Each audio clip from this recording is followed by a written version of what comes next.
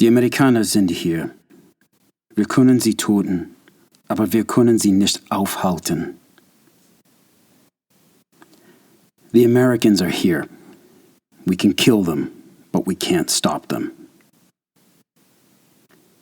Statement in an abandoned letter from a German officer to his wife, found in the village of Marc, France, November 3rd, 1918.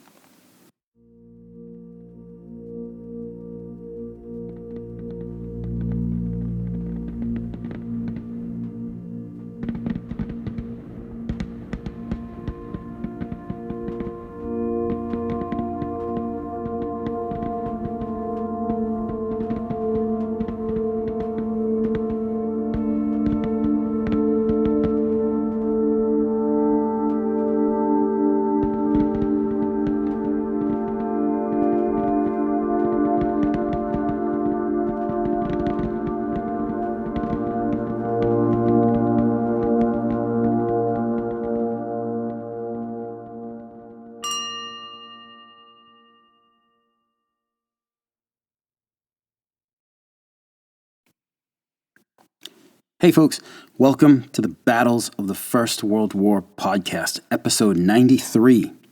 We can kill them, but we can't stop them. We are light on admin notes this episode, as I'm writing this right after finishing episode 92. One quick shout out though. So, shout out to listener Charlie from Washington, if I have that right, who recently left a review on the American iTunes platform. Thank you so much for writing the review, man. And thank you so much for listening. I really appreciate it. And I'm really happy. I'm so glad that you are into history already. It's awesome, man. Do keep it up.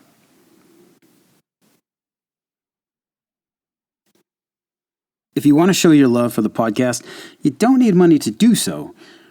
Although it's very nice if you do. Now, first thing to do is subscribe to the show on the iPhone podcast app. It's called Following the Podcast nowadays. Next thing you can do after that is give the podcast a 5-star review. Subscribing gets the podcast noticed by the podcast gods. That's what actually does it. And the reviews help show new and potential listeners what we've got going on here. And you know that what we've got going on here is an awesome thing. Insert smiley face emoji here. Okay, let's zoom in on the Meuse region of France in late October 1918. On the last day of October 1918, the Americans and Germans, along a front dozens of kilometers long, prepared and waited for the next attack. On the American side, the doughboys prepared to deliver it. On the German side, they waited to receive it. The front line on that day, from west to east, began just to the north of Grand Pré and on eastwards to south of the village of Londres et Saint-Georges. From there, the lines curved to the northern edges of the Bois de Banteville, the Bois de Rape, and the Bois de Forêt.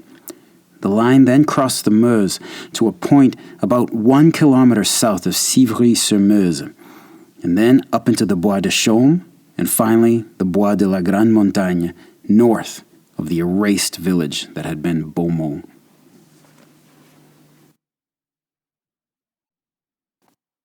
On October 28th, either General Henri Gouraud, the one-armed commander of the French Fourth Army on the AEF's left, or his boss, General Paul Mestre, commander of the GAC, Groupe d'Armée du Centre, asked General Hunter Liggett of the First Army if he could delay his next major attack until the 1st of November. The French needed a little bit more time to get ready for the next push. Liggett was reportedly very pleased with the idea and readily agreed. He now had several more days to stockpile ammo, food, and supplies, as well as continue training and resting his men before the next big ask of them came. Liggett did indeed have a big ask of the men under his command. Marshal Ferdinand Foch and General John Blackjack Pershing wanted a strike on the AEF's left front, attacking from north of Grand Pré up into the Bois de Bourgogne and beyond with the French Fourth Army. Liggett, who'd commanded 1st Corps during its slog through the Argonne forest, had no interest in repeating that experience. He proposed and convinced Pershing with the following plan.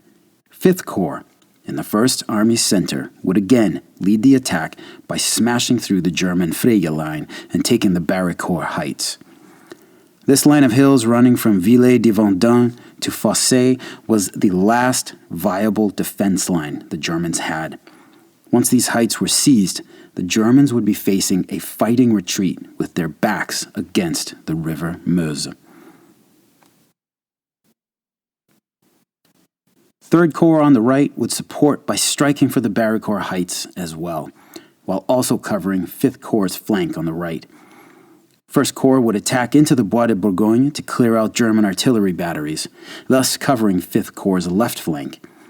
Once the breakthrough was made, the German forces in front of 1st Corps would have to retreat, lest they be bagged up by the French and the 5th Corps. Also, of course, once the breakthrough was made, it was on to cutting off the Sedan and Mézières rail hubs and destroying the German army's ability to supply its troops along the Western Front.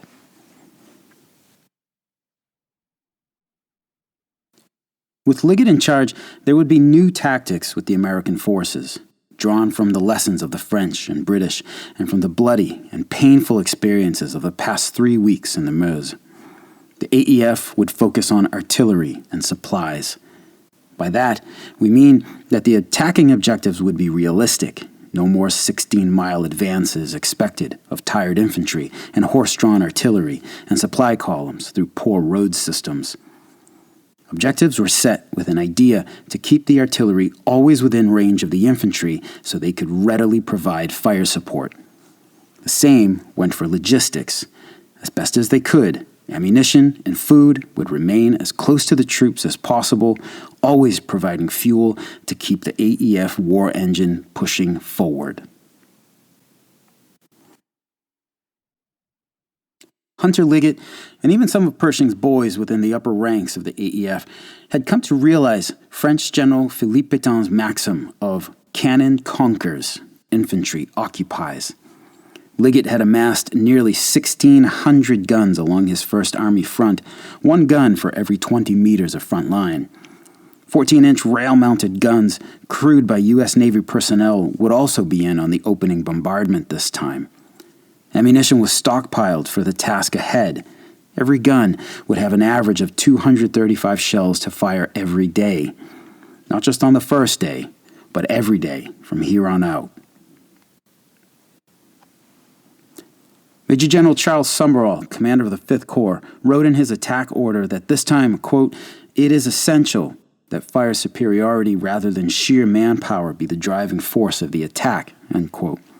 Pershing's ideas on the American infantryman and his rifle would only come into play after the enemy had been obliterated by a crushing firestorm of artillery.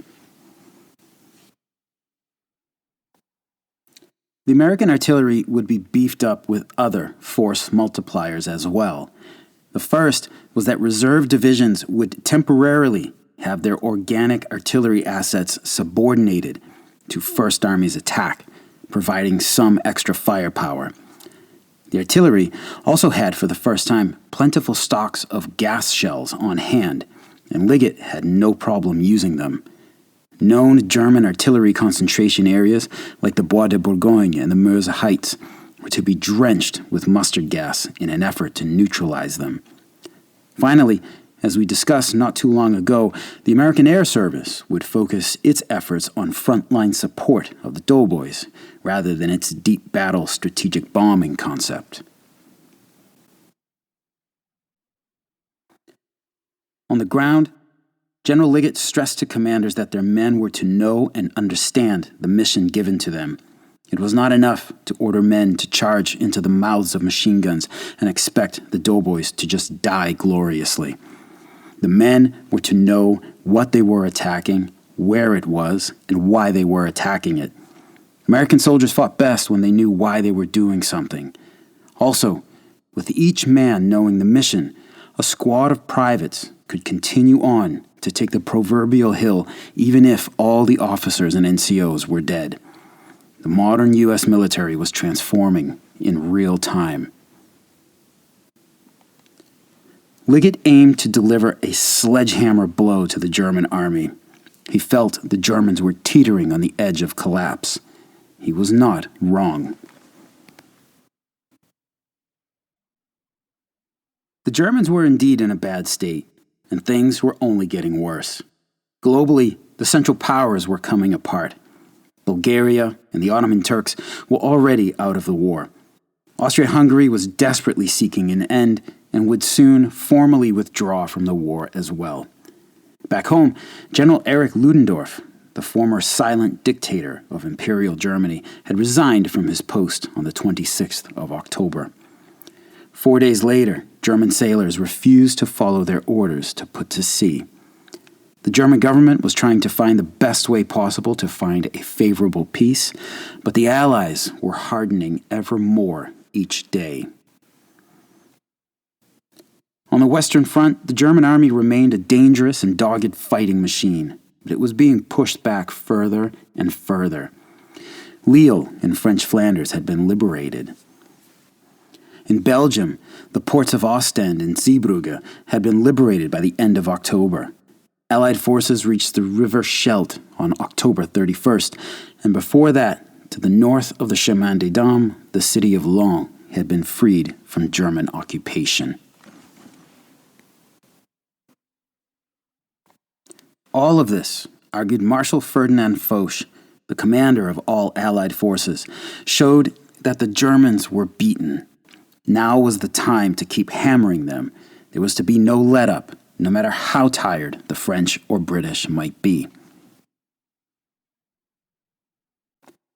In a series of articles written for the U.S. Army Infantry Journal in the early 1920s, German staff officer Major Hermann von Gierl wrote of the precarious state of the German army.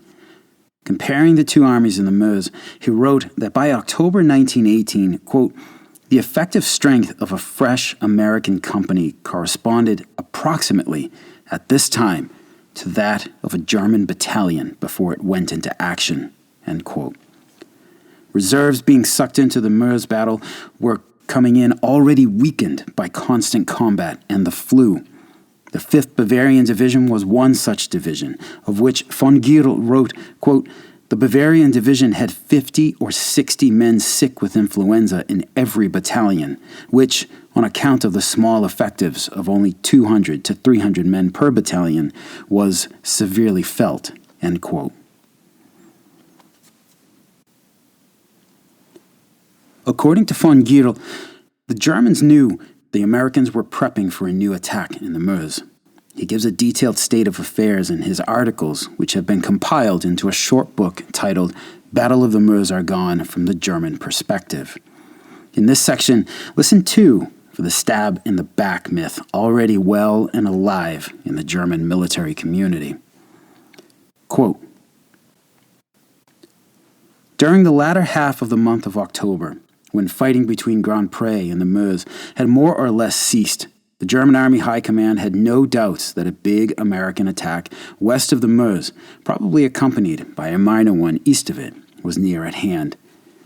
The success of the Americans in October led to the assumption that this time, as on September 12th and 26th, they would concentrate their forces for a united attack on a large scale, the center of which was, from tactical reasons, to be looked for west of the Meuse. Preparations for attacks which would possibly be directed against Briey, Longuyon, or south of Metz were believed to have been observed in the Verdun sector and in Lorraine. Numerous fresh American divisions having, however, been removed from those sectors in October, these attacks were not considered to be directly imminent. It was, however, also realized by the Germans that the occupation of their own sectors in the Woevre Plain and in Lorraine by divisions that were almost worn out and by others from the Eastern Front might, in view of the increasing fatigue of many units, be a very dangerous policy. The enemy, to whom the weak and poor occupation could not be concealed, was thereby encouraged to carry out his intention to attack. Since September 26th, on which day the thin German lines on the western bank of the Meuse had been overrun by the enemy masses, and the Germans had sustained heavy losses, the troops of the 3rd and 5th Armies had fought bravely, and the loss of ground since September 27th had been slight. According to troops' reports and statements of prisoners, the enemy had suffered heavy losses by artillery and machine gun fire. The German lines were, indeed, in comparison with the situation on September 26th, fairly compactly occupied with divisions, but these had only a small number of rifles, and the disintegrating influence of numerous forest combats, by which their effectives had been further diminished, was another unfavorable factor. Fresh and complete divisions with which to meet the expected big attack were not available for the Fifth Army, either as reserves or for the front line. All the divisions were either exhausted or were in the course of being replenished.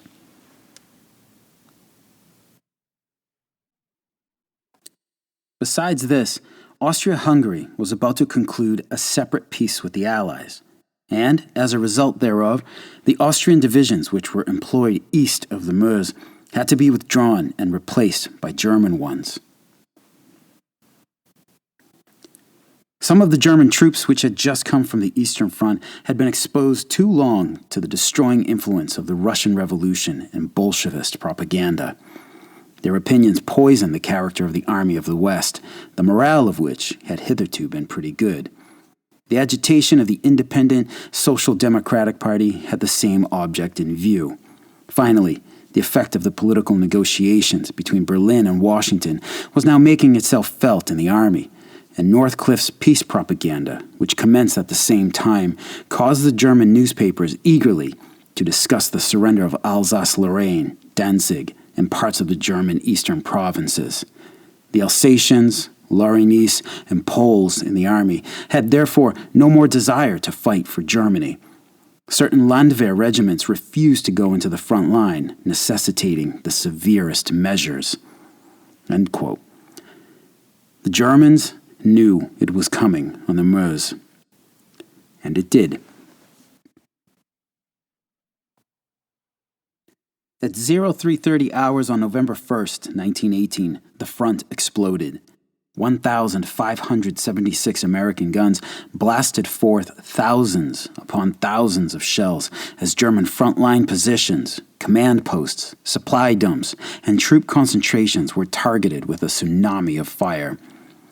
American gunners had become increasingly effective since the beginning of the Meuse campaign, and now delivered once more a monstrous amount of artillery, as one German officer had described it earlier in October. The Germans could not respond in kind this time. At 0530 hours, the doughboys jumped off into the attack.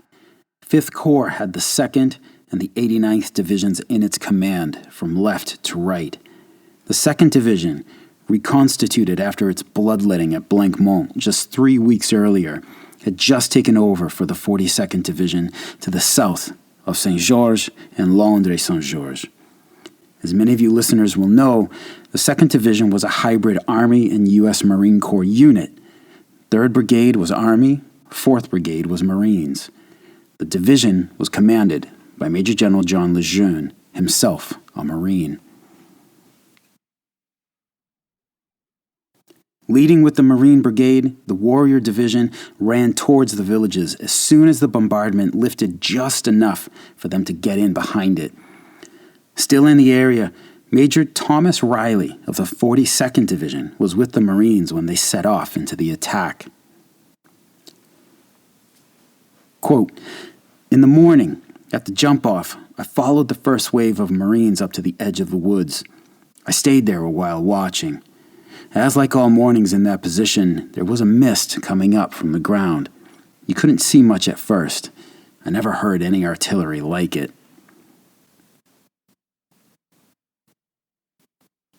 As the light came up and the mist cleared, it looked as if a volcano was riding right up the hill to the front. The Marine units just marched behind it in a line of skirmishers and the usual attack formation. I suppose, though, that coming through the woods and trenches must have broken it up, as it didn't look any too regular at that stage. After the first couple of battalions had passed, I went down towards the town to see what had happened. Just before I left the edge of the woods, a German came in with his hands up. Spoke broken English. He hadn't been hit. He said he hadn't seen anything like that barrage in 4 years. He told one of my men that he had been a bartender in Brooklyn. Then I joined the outfit and went back." End quote.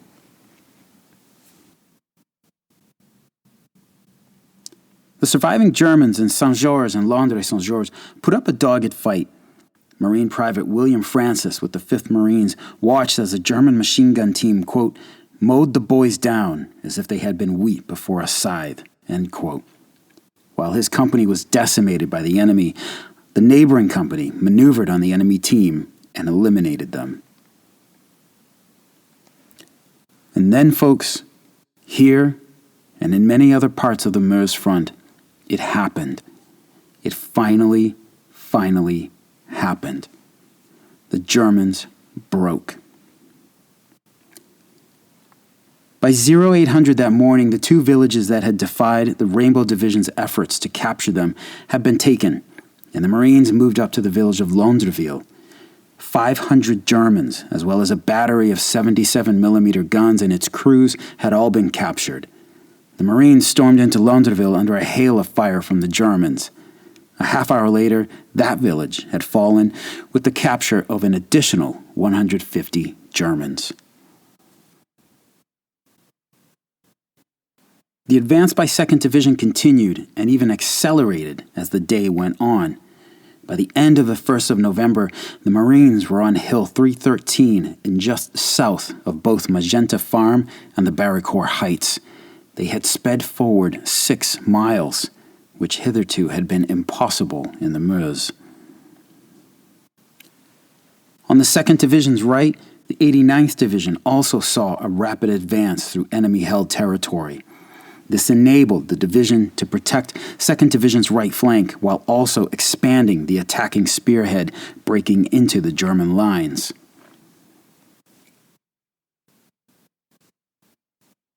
The push still required heavy fighting, however. While the Germans were battered, bloodied, and dazed, they still put up stiff fights in several spots. Just north of the Bois de Banteville, 1st Lieutenant Harold Furlong's infantry company and the 353rd Infantry Regiment was stopped by enemy fire. Furlong took action right away. Quote, "Immediately after the opening of the attack in the Bois de Banteville, when his company was held up by severe machine gun fire from the front, which killed his company commander and several soldiers, 1st Lieutenant Furlong moved out in advance of the line with great courage and coolness, crossing an open space several hundred yards wide. Taking up a position behind the line of the machine guns, he closed in on them, one at a time, killing a number of the enemy with his rifle, putting 4 machine gun nests out of action, and driving 20 German prisoners into our lines." End quote.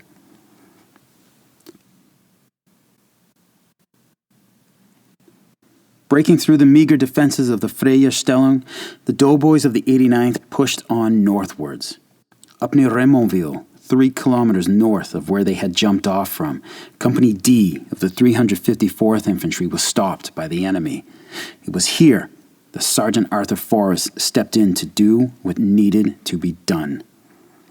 Quote, "When the advance of his company was stopped by bursts of fire from a nest of 6 enemy machine guns, without being discovered, he worked his way single-handed to a point within 50 yards of the machine gun nest. Charging single-handed, he drove out the enemy in disorder, thereby protecting the advance platoon from annihilating fire and permitting the resumption of the advance of his company." End quote.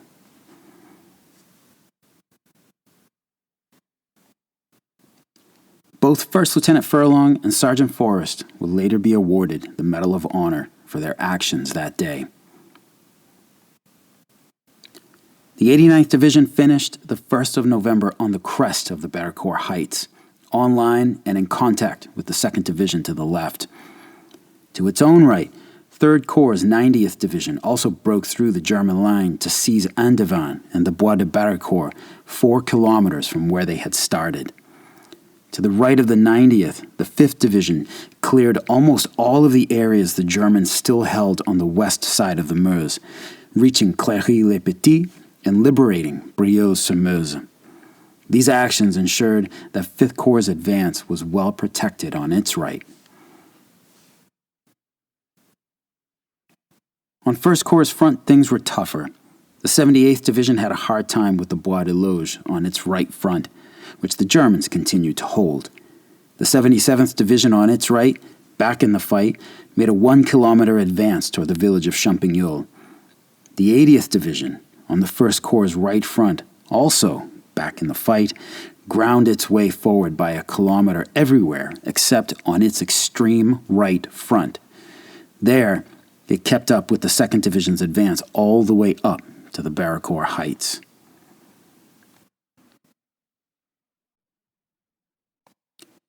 The doughboys entered into a hellscape here. From Dr. Langel's book To Conquer Hell, Major Jennings Wise of the 80th Blue Ridge Division described the effects of the American bombardment. Quote, "The Kriemhilderstellung had been torn to shreds by the American guns. Upon the fields, along every approach, and in trenches, still lay the dead. The whole country had been drenched with gas. Although the fields were sodden and every road ditch was a running stream of water, the odor of charred things was everywhere, as if the earth were still smoldering. One felt that all about him the hot breath of an unseen, evil power was fuming, and was glad for once that the rain was falling to destroy the hot poison in the air. Amid the universal desolation, one felt as if he were treading haunted ground." End quote.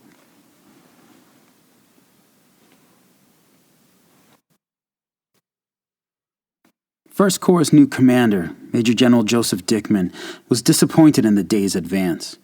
Pershing himself was also displeased, and he apparently pissed and moaned about it. Despite the talk earlier about using new tactics, it's not a surprise that you cannot change a culture overnight, not even in a fortnight. But the guy between them, 1st Army Commander Hunter Liggett, was just fine with what had been achieved. 1st Corps had done what he needed them to do, and soon enough, the Germans in front of them would crack. He knew it.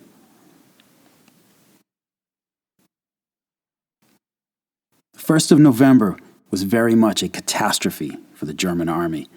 That evening, General Max von Gallwitz ordered any remaining units still there to abandon the Kriemhilderstellung. They were to get behind the Freiestellung, although that too had already been overrun in many areas. Liggett's thoughts regarding the 1st Corps front were right.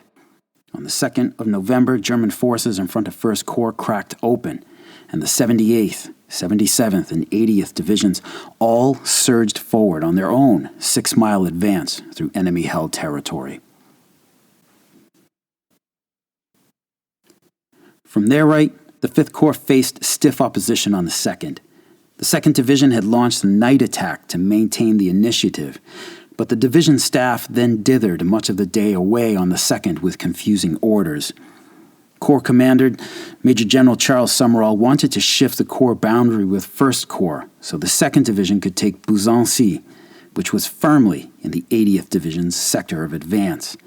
The request worked its way up to Liggett, who said no. While all that was going on, the 2nd Division prepared to strike out for Buzancy, only to have the order rescinded in the end. Meanwhile, the 89th Division pushed ahead another 3 miles and pushed past the Germans still dug in at Baracourt village. The 89th took Tailly village and dug in for the evening. 3rd Corps also faced tougher opposition on the 2nd. The 90th and 5th Divisions could see the withdrawal of the Germans on the right bank of the Meuse. Long supply columns were working their way north, up what today is the D964 road. The 5th Division, now along the left bank of the Meuse, worked over the next few days to find a way across the rain-swollen river and its canals. The efforts did not go undetected by the Germans. who put out a storm of bullets across the river anytime they suspected the Americans were attempting a crossing. Again, individual doughboys stepped in to change things, and this time it was Argonne native Captain Edward Allworth of the 60th Infantry Regiment. On the 5th of November, quote, while his company was crossing the Meuse River and canal at a bridgehead opposite Clery-le-Petit, the bridge over the canal was destroyed by shell fire, and Captain Allworth's command became separated, part of it being on the east bank of the canal and the remainder on the west bank. Seeing his advance units making slow headway up the steep slope ahead, this officer mounted the canal bank and called for his men to follow. Plunging in, he swam across the canal under fire from the enemy, followed by his men. Inspiring his men by his example of gallantry, he led them up the slope, joining his hard-pressed platoons in front.